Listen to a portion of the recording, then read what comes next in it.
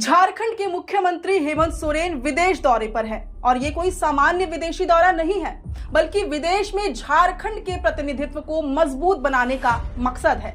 गरीब और पिछड़े राज्य झारखंड की धरती से निकलकर एक आदिवासी मुख्यमंत्री वैश्विक स्तर पर दुनिया भर के शीर्ष 1% लोगों के साथ उनके लेवल पर बैठकर विकास की नई तकदीर लिखने जा रहा है। जिस तरह प्रधानमंत्री नरेंद्र मोदी की विदेशी यात्राओं को दुनिया भर की मीडिया कवर करती है, उसी तरह आदिवासी बहुल राज्य झारखंड के चीफ मिनिस्टर हेमंत सोरेन पर पूरी दुनिया की निगाहें टिकी होंगी।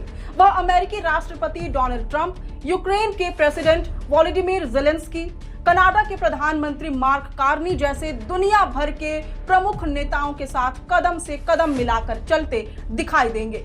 हेमंत सोरेन के साथ साथ उनकी पत्नी और झारखंड की आदिवासी बेटी कल्पना सोरेन भी अपने राज्य की महिलाओं का प्रतिनिधित्व विदेशी मंच पर करेंगी। झारखंड के लिए ये एक ऐतिहासिक पल है, क्योंकि राज्य गठन के 25 सालों के बाद ऐसा पहली बार होने जा रहा है जब झारखंड का कोई मुख्यमंत्री अपने राज्य का प्रतिनिधित्व करने के लिए स्विट्जरलैंड के दावोस पहुंचा है। मुख्यमंत्री हेमंत सोरेन और उनकी पत्नी व गांडे विधायक कल्पना सोरेन इस विश्व प्रसिद्ध मंच पर झारखंड की नई तस्वीर पेश करने जा रहे हैं। माना जा रहा है कि उनके इस दौरे से झारखंड में विकास को नई रफ्तार मिल सकती है, पर्यटन के क्षेत्र को नया आयाम मिल सकता है, प्रदेश में नई इंडस्ट्रीज सेटअप हो सकती हैं और राज्य में रोजगार के नए अवसर तलाशे जा सकते हैं। और तो और यहाँ विदेशी निवेश भी बढ़ सकता है। इसका माध्यम बनेगा वर्ल्ड इकोनॉमिक फोरम, यानी कि विश्व आर्थिक मंच, जहां मुख्यमंत्री हेमंत सोरेन के साथ झारखंड सरकार का एक उच्च स्तरीय प्रतिनिधि मंडल शिरकत करने पहुंचा है।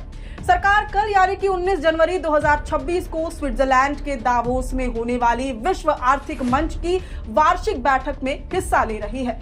बीते कई दिनों से ये बैठक झारखंड के साथ साथ पूरी दुनिया में चर्चा का विषय बनी हुई है, मगर बहुत कम लोगों को ही इस विश्व आर्थिक मंच और इसकी बैठक की महत्ता के बारे में मालूम भी है।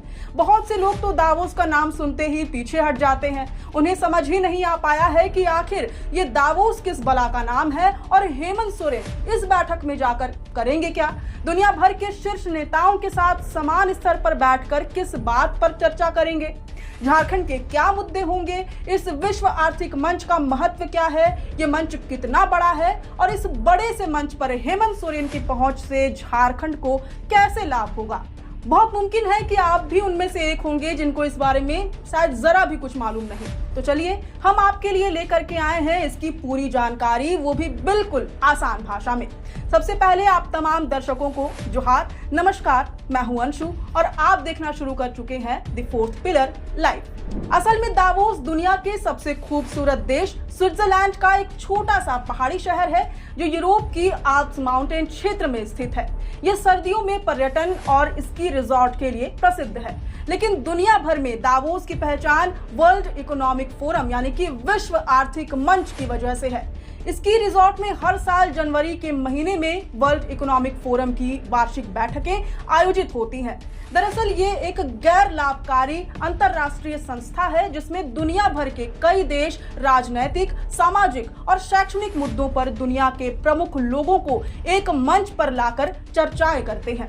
आसान भाषा में समझने के लिए इसे आप एक बार के लिए वर्ल्ड इकोनॉमी की सबसे बड़ी पंचायत भी मान सकते हैं। जैसे गांव में फैसले लेने के लिए मुखिया और बड़े बुजुर्ग बैठते हैं, वैसे ही दावोस में दुनिया के सबसे अमीर ताकतवर देशों के नेता, बड़ी बड़ी कंपनियों के मालिक जैसे कि टाटा, अंबानी, एलन मस्क आदि और बड़े अर्थशास्त्री हर साल जनवरी में इकट्ठा होते हैं। यहाँ तय होता है कि आने वाले समय में दुनिया का बाजार किस तरफ जाएगा, निवेश कहाँ होंगे और दुनिया में कौन सी नई तकनीक की धूम होगी। मंच का मानना है कि विकास तब होता है जब सभी क्षेत्रों के लोग एक साथ एक मंच पर आते हैं जिनमें सकारात्मक बदलाव लाने की क्षमता होती है। इस फोरम पर होने का मतलब है कि आप दुनिया के उन सबसे ताकतवर लोगों के बीच बैठे हैं जो भविष्य के फैसले ले रहे हैं।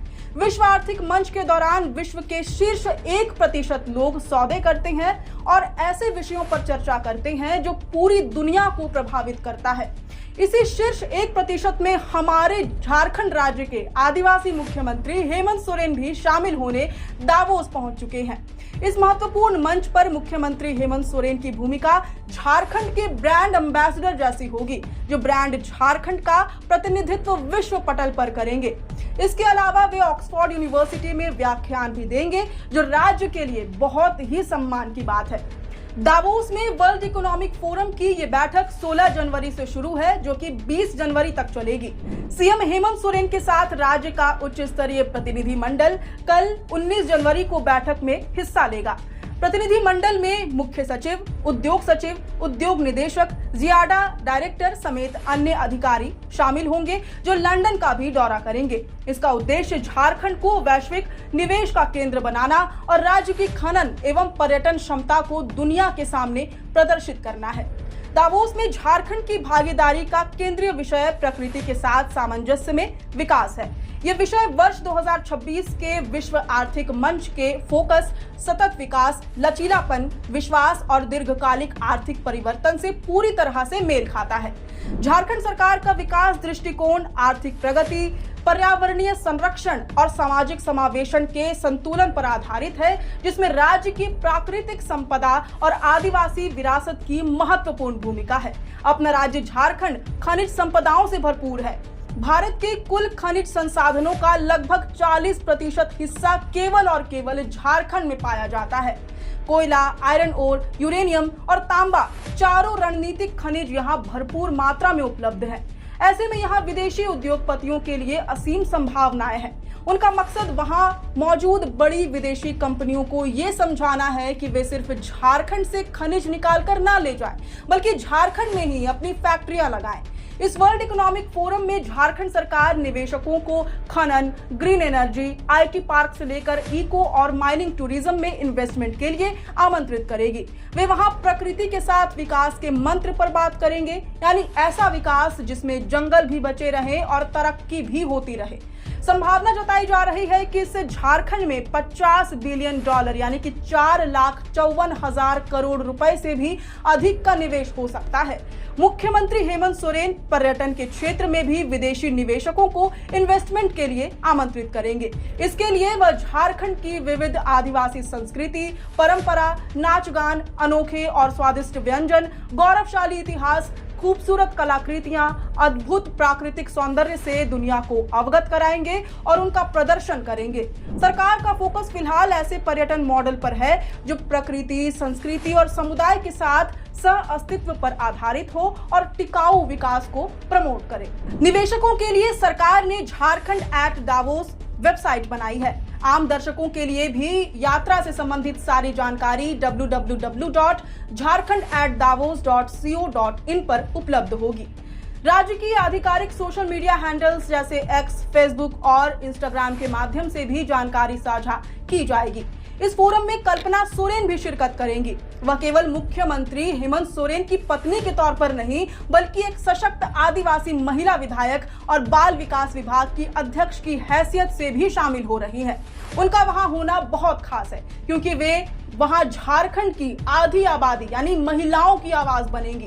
वे दुनिया के बड़े नेताओं को बताएंगे कि कैसे झारखंड की आदिवासी और ग्रामीण महिलाएं तरक्की कर रही हैं। वे महिला सशक्तिकरण और आदिवासी समाज की बात रखेंगी। आसान शब्दों में कहें तो जहां हेमंत सोरेन व्यापार और उद्योग की बात करेंगे, वहीं कल्पना सोरेन समाज, संस्कृति और महिलाओं के हक की बात मजबूती से रखने जा रही हैं। अब सवाल यह है कि इससे झारखंड के आम आदमी को क्या फायदा होगा? देखिए, जब दुनिया की बड़ी कंपनियां झारखंड की खूबियां देखेंगी तो वे यहाँ पैसा निवेश करेंगी। निवेश का मतलब है कि यहाँ नए कारखाने खुलेंगे, जिससे यहाँ के नौजवानों को नौकरी के लिए दूसरे राज्यों में नहीं भटकना पड़ेगा। साथ ही जब इतना बड़ा मंच झारखंड को पहचानता है तो पर्यटन बढ़ता है। विदेशी सैलानी यहाँ की खूबसूरती देखने आएंगे, जिससे स्थानीय लोगों की कमाई बढ़ेगी। हेमंत सोरेन के मुख्यमंत्री काल में विदेशी मेहमानों और विश्व में अपनी पहचान बिखेरने वाले उद्योगपतियों का झारखंड की तरफ रुख बढ़ा है। उन्हें झारखंड में उद्योग और निवेश का भविष्य दिखाई पड़ता है, जिसके वजह से राज्य में उनकी आवाजाही बढ़ी है। कुल मिलाकर ये दौरा झारखंड की छवि को एक पिछड़े राज्य से बदलकर एक भविष्य के राज्य के रूप में पेश करने की कोशिश है, ताकि दुनिया भर का पैसा और तकनीक झारखंड के विकास में काम आ सके। उम्मीद है मुख्यमंत्री हेमंत सोरेन की इस विशेष यात्रा के बारे में आपको सब कुछ आसानी से समझ में आ गया होगा। अब इस पूरी रिपोर्ट पर आप क्या राय रखते हैं, ये हमसे कमेंट बॉक्स में जरूर साझा करें। शुक्रिया।